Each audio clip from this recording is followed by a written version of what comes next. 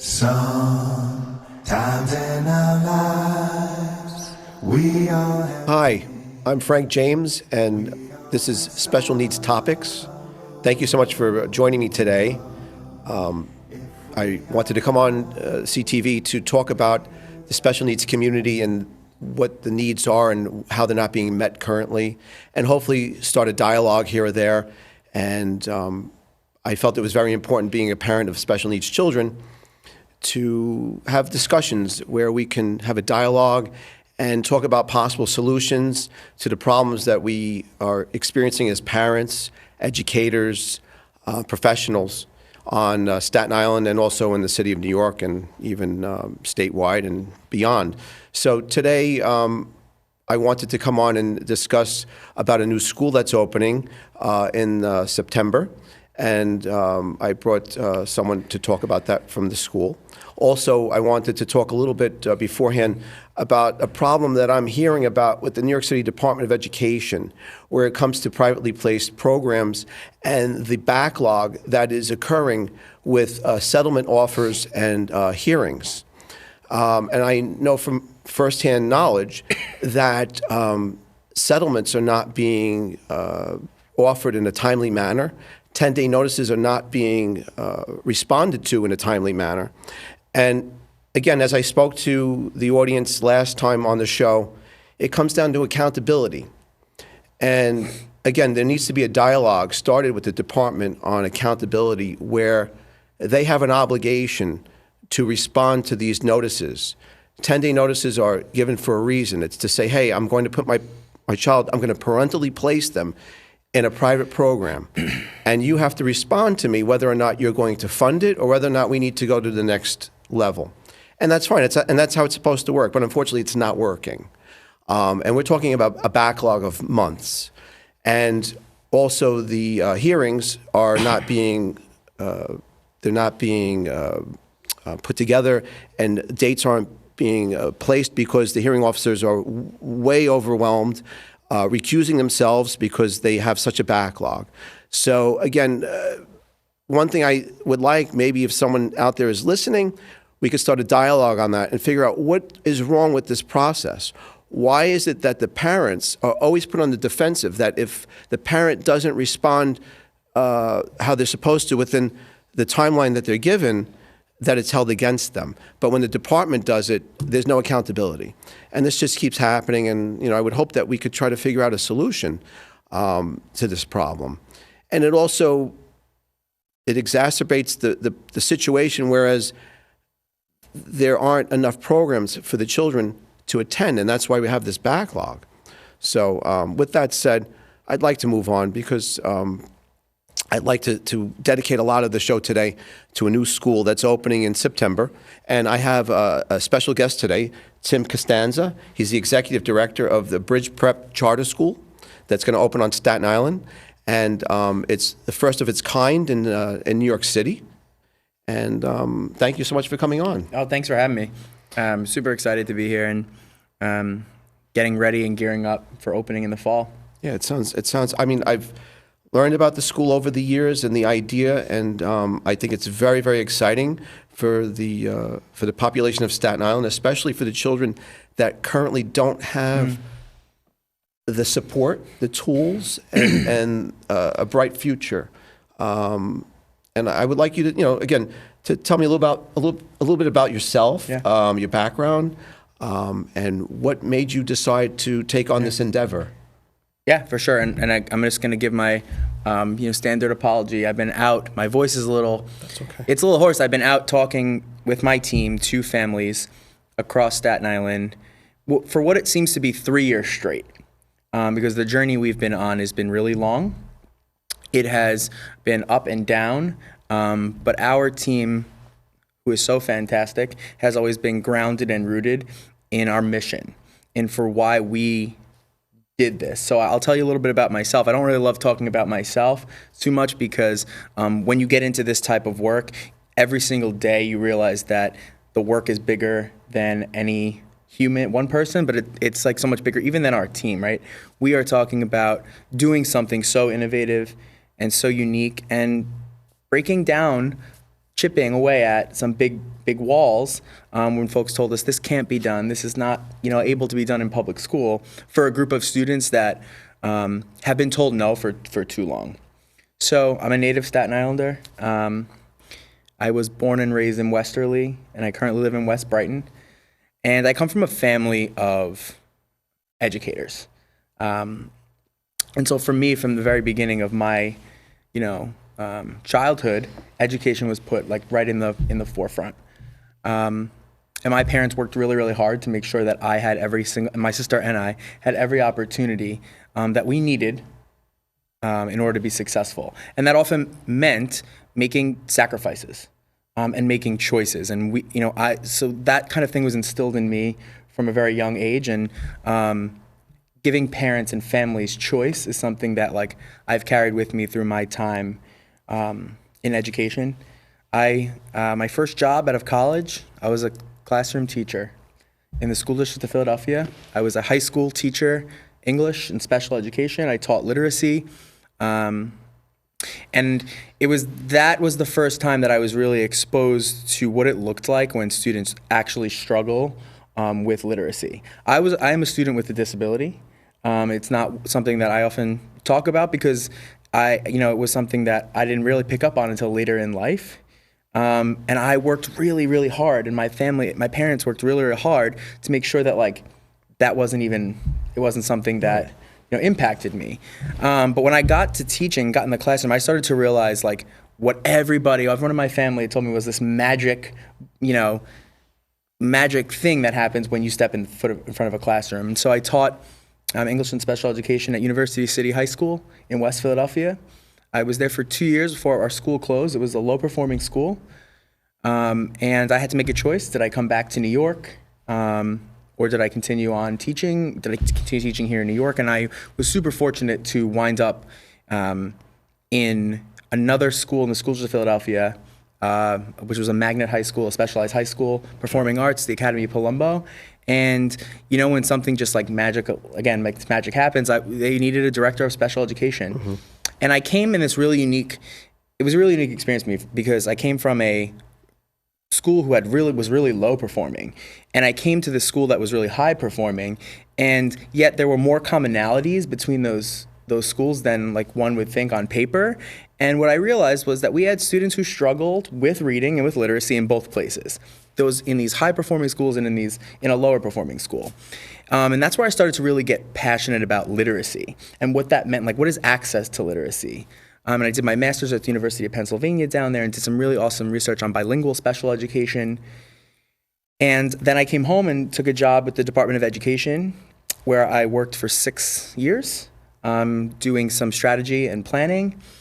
And I have to tell you, I had a great experience. I learned a lot from some really, really smart people and from some of New York City's best educators, but my cup was never full. I kept asking myself every single day, is this why you left the classroom? Is the work that you're doing, which was important and impactful, is this why you left the classroom, which was the hardest decision I ever made? Because my students taught me more than any of those amazing professionals that I just referenced. And the answer was no. And I guess we're about 3 years in now, a representative from the borough president's office, from his education team, approached me and said, listen, I don't know if you know about this need that we have here in Staten Island. And we talked a lot about students. And it was the first time in a really long time that a conversation that I had about work was so student-driven. And, we talked about the need for a school for students who are struggling with reading. By the time that the borough president's team and we started to have conversations about how we could do this, we were well past the should we do this, right? I think that for years, families in this community on Staten Island had been asking the DOE exactly as you said, for just some support, for programs. There are tons of programs for students in our schools here in Staten Island. This is New York City. The greatest city in the world, tons of educational options. Yet we had a group of students specifically here in our community that were unable to get their needs met, and it was not even that they weren't able to get their needs met because we actually could do it. There was no commitment to doing that. And I think that was it was kind of dumbfounding to people. Like, why? And they were just being pushed aside as like this wasn't, a real need. And that was really unfortunate to hear. And I think we got to the point where we said, you know what? If the DOE is not going to do this, then we have to do this, because year after year, families were told no. Kids were just continuing to go through the struggles in their traditional schools, and kids don't get those years back. Exactly. Right? Like you have a kid who's in second grade, and the mom or dad or whoever their guardian is they're fighting for their kid, and that fight transfers over into when they're in third grade, and then it quickly becomes fourth grade, and you take a step back and say, how did we get here? 2 years away. Kids don't get that chance to take those years back, and these are the years that are so important when we're talking about child development. Forget like literacy, forget anything. This is human child development. These are years that like kids will never get back. And absolutely, we had a moral obligation to do this work. And we went and we decided, not only do we have a moral obligation to do this work, but by right, this should be a public school. Students should never have to leave Staten Island, leave the state of New York to go to a school that meets their needs, and have that school be a private school where that has to be paid for, whether that's paid for by the taxpayer, whether that's paid out of families' pockets. I talk to families all the time, and I'm sure you do as well, who tell us stories about how they've had to remortgage their house, make really difficult financial decisions just so they can get their child in a school that meets their needs. That to me it was the most shocking. I'll tell you, it was not something I was exposed to. And, it just solidified our decision to make this a public school. It's a daunting task, and I actually had mentioned this to the borough president when he had his open house a few years back, and I said, the problem is that parents are put in a position where you have children that have this need, and there's no public school program for them. So now you have to make a decision. The decision being, one, you try to work with what you have. Mm-hmm. The second decision being you fight for what the child needs, which again, it can be an extremely difficult financial undertaking. I mean, between representation, whether it's an advocate or an attorney, the cost is astronomical, and it just goes up and up. And then the schools, again, as you know, there's different types of funding. There's the Carter funding and there's the Connors funding, where the Carter funding, like you said, the parent will pay out of pocket, and these institutions range from $70,000 to about $100,000 a year. It's like going to a college. Right. And now the parent has to make the decision, how do I accomplish that? And then the other option is basically they just don't know what to do, and they just are going in circles. And what cost does that come? Forget, like, we talk about money a lot because that resonates with a lot of people, but like, what cost does it come to for the child, right? Absolutely. What cost does it say like that our kids here in Staten Island have to be bused to New Jersey to go to school, and because they're getting on a bus to go to New Jersey, sometimes they're getting picked up 6 o'clock in the morning, and they're not getting home till 6 o'clock at night. Never mind that. If it's bad weather, right? And I can tell you personally, now you have to make a decision. Do I send my child over a bridge, right, and now worry if the bridge closes? How are we going to get that child back? And that is a very horrible thought that has to go through your mind. Do I send the child to school today knowing that we have high winds, for example, and if there's a chance that the bridge is closed for an undetermined amount of time, what happens to the child? It's very scary. And also, it's not just the financial burden, which it is. It's the financial stress, the emotional stress, the anxiety. Also wondering, again, if you are even going to get reimbursed. Right. Now, the worst part is, I mean, as my feeling is, and I don't think I'm wrong, the New York City Department of Education does not have a program that meets the needs of these children, but yet they have the determination whether or not to take the parents to a hearing, whether to settle, and then I don't know if you realize this, with a settlement process, it's almost like going gambling. You almost become like a gambler because the department, they'll give you these offers and there's no rhyme or reason. It's just basically, well, you know what, we'll give you 80% of $100,000. Now, of course, if you can't afford the 20%, you really don't have a choice. Some people, again, it becomes now based upon your financial situation where some people will say, you know what, let me just settle because if I don't settle and I have to go to a hearing, there is the possibility that we could lose everything. Right. You see, all the things you're talking about, I'm listening here, and if people are listening, this is the type of stuff that like no parent should have to do. No, it's horrible. This is too much. And like, when people say like, well, what's the solution? When we design Bridge Prep, and we have a fantastic team, as I mentioned, and I always like to shout them out because they are awesome. I'm super lucky. When we sat down, some of the things that we were talking about were common sense. These are common sense solutions to problems that we as a charter school, public charter school, have the ability to be more flexible with some of these, structural choices, some of the programmatic choices that we have, in exchange for some greater accountability from the state. But that, we don't have to dance around the red tape that is the bureaucracy, and I don't think parents should have to do that when it comes to some very basic things like, hey, I want to wake up in the morning and send my child to a school that is designed or equipped to meet their needs. And on Staten Island, let me tell you, and I say this all the time, I'm a product of Staten Island schools, and I'm super fortunate to be leading this work to open a school in a community where I went to school, my parents went to school, my grandparents went to school. That's a really special thing. And we have fantastic schools here on Staten Island, but they're not fantastic for every kid. Right. And I think that no parent should have to make the choice of accepting that their child is in a school that's not built for them, or go through that whole process that you just talked about, and then ultimately the end result is that the kid is winding up going to school in New Jersey or Queens. And those Brooklyn, are just Manhattan, right. That's Long not Island. equity. No. The DOE we talk about. The DOE talks about equity, Right. equity. That is so inequitable for families. And so we were really lucky, and we are really thankful to the Board of Regents, who is our authorizer, the New York State Education Department. When we went to them and explained, this is what we're trying to do. This is the school that we envision.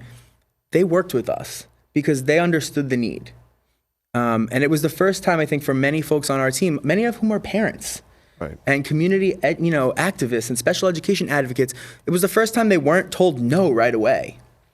And so we're lucky, to be opening in the fall, and we're excited because, this for me, I feel like has been such a long journey, and we didn't open yet.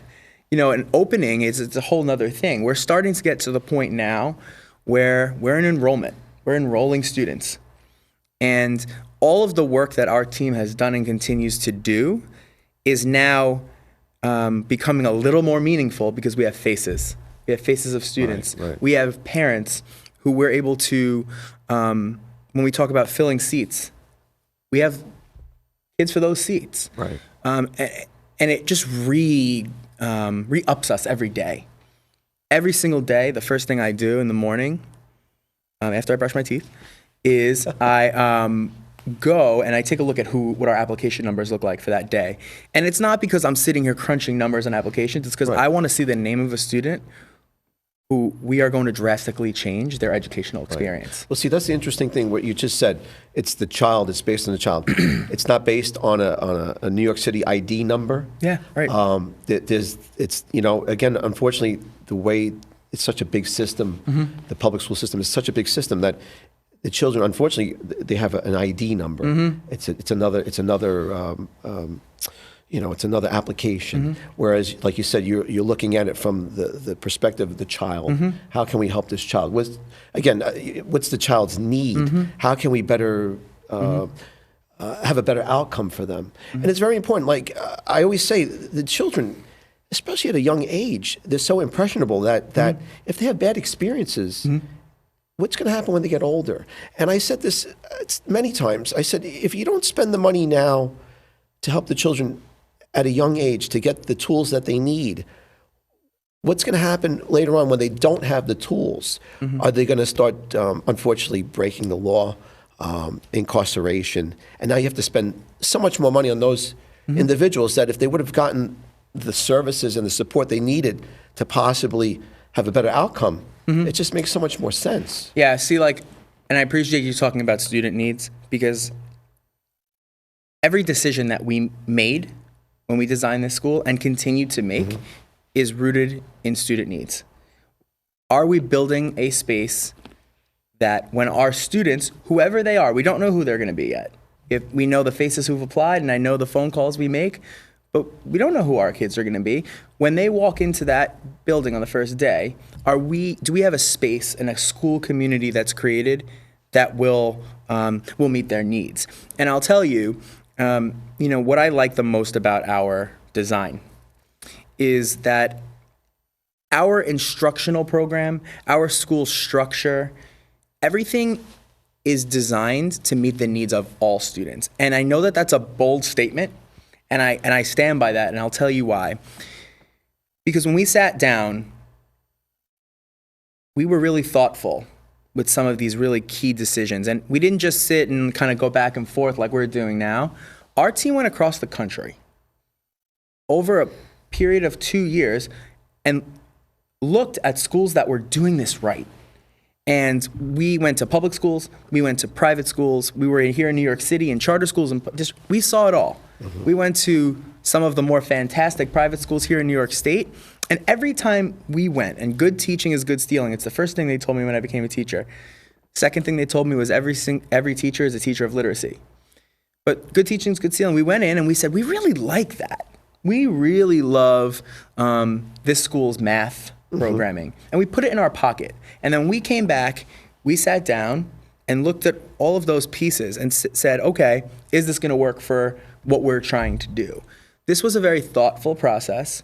But when we took a step back, we realized that we were creating a school that if you are a student that's below grade level, at grade level, or even like above grade level, you will have your needs met based on the design that we use. So if you don't mind me, I love talking about, I could talk about us forever, but I want to talk a little bit about our instructional design and our instructional approach, because we use words like unique and innovative, and every choice that we make, there is a lot of spice, Staten Island spice I like to call it, like some really unique things that we put into this, but we chose programming and we chose curricula that are research-based. Right? This is not like we're trying some wacky stuff here. Right, we are using methodologies and approaches that are not only like research-based, that we saw with our own eyes working for some of our most struggling readers across the city. So our program is rooted in multisensory instruction, and multisensory is one of those buzzwords in education. Right. People throw it around. This is multisensory and that multisensory, but good, true multisensory instruction is very rare to actually see. We're using the Orton-Gillingham approach to teaching reading, and it's for families who are in the loop, like really involved in like what their kids need, and they are out in the community going to tutors, they are going to advocates. Orton-Gillingham is something that families really are drawn to. That's not why we actually chose it. We chose it because it works. And because it's something that we feel is an approach that we can apply across all of our contents. The skills that Orton used, that we're going to have in our classrooms via the Orton-Gillingham approach, we can be putting in ELA, science, math. These are just good. Right. It's good reading instruction. And the issue also is the difference from the Department of Education is you will seamlessly incorporate it within the entire day. That's right. Whereas the Department of Education currently, they don't have that capability. So what they do, they have something called an IEP. If you're not familiarized with an IEP basically says little Johnny is going to read a half hour twice a week, and he's going to do this 3 times a week, and it's very formulated. It just doesn't work. So your modality is more, we're going to incorporate it throughout the day, right, seamlessly, so the child gets it throughout the day, whether it's in science or math. and also I think we talked about this as well, that it's going to be geared towards the child's needs. So if you have a program that, whether it's Orton or something else, you're going to try to gear that towards that specific child, which I think is really important. It is, and that's where the word unique, that's the unique piece of it, right? It's the unique piece of it is that, you're right, like there are schools in this city, in this borough, that use Orton Gillingham, but what we're finding, and we're hearing from families, and we're hearing from teachers, is that like it is too piecemeal. 30 minutes. I have parents who say, he gets 30 minutes of Orton Gillingham. And how many people are Orton trained, as they say, within a public school normally? So what we've heard from folks in the DOE is that now there's at least one teacher in every school. For the entire school. One teacher in every school that is going to the Orton training. Right. See, and I think what I know makes us the most unique, at least here in Staten Island, is that all of our teachers, whether they come in already certified in Orton Gillingham or they're brand new, we have a very specific training program, professional development program for our teachers that's rooted in support. So it's a very intensive support structure, and that's a student, because our students need that. Because if we're offering classrooms, we can be doing Orton Gillingham and we can be doing like the best curricula that we want, but if we don't have the right teachers doing that, then what are we doing? And I think the method that the department uses, again, their idea of Orton trained is a 1-week training, which I could go to, which I think is good to try to recognize if a child has an issue. Sure. But as far as treating them, that's not the answer. Well, right, because what happens is like our teachers go through the 5-day summer program as well, and then if you don't have a follow-up, teachers are then basically sent back to their school and say, great, you did your 5 days, go and teach the rest of your teachers that. Now, if I'm a third-year teacher and I just learned something for 5 days, no one can do that. Right. We talk to people who've done Orton Gillingham their whole life, and they are consistently getting professional development still. So the way that we do for our staff is that our staff is gets the 5 days, and then there is consistent observation and coaching from an Orton Gillingham fellow, so that at the end of the first year, they will be Orton Gillingham certified. That's amazing. Tell the audience how to get in contact with you and the school and your information. Yes, totally. So we are, I'm over here. We are currently taking applications from up through April 2nd. We are opening with 1st and 2nd grade, and I want to say this one more time, 1st and 2nd grade in the fall. So if you have a student or know a student who's going to be a 1st grader or a 2nd grader this fall, and they are a struggling reader, or they actually, you think they are more likely to thrive outside the traditional school setting, then we think you should come to Bridge Prep. Our class sizes range between 13 and 18 kids, so like there's not many students that can't really thrive in that model. And again, we are a public school. We're not a private school, and we're really excited to open. We have about 86 total seats across 1st and 2nd grade for the fall, and then we'll add a grade each year until we get to 5th grade, where we'll be about 250 students. It's been a pleasure to talk with you. I'm so happy you had us. Yeah. I say us because we're all here, really. Yeah. But thank you. I appreciate it, Frank. Thank you very much. It was great to see you. All right. Thanks. All right. Thanks, everyone. Lean on me when you're not strong, and I'll be your friend.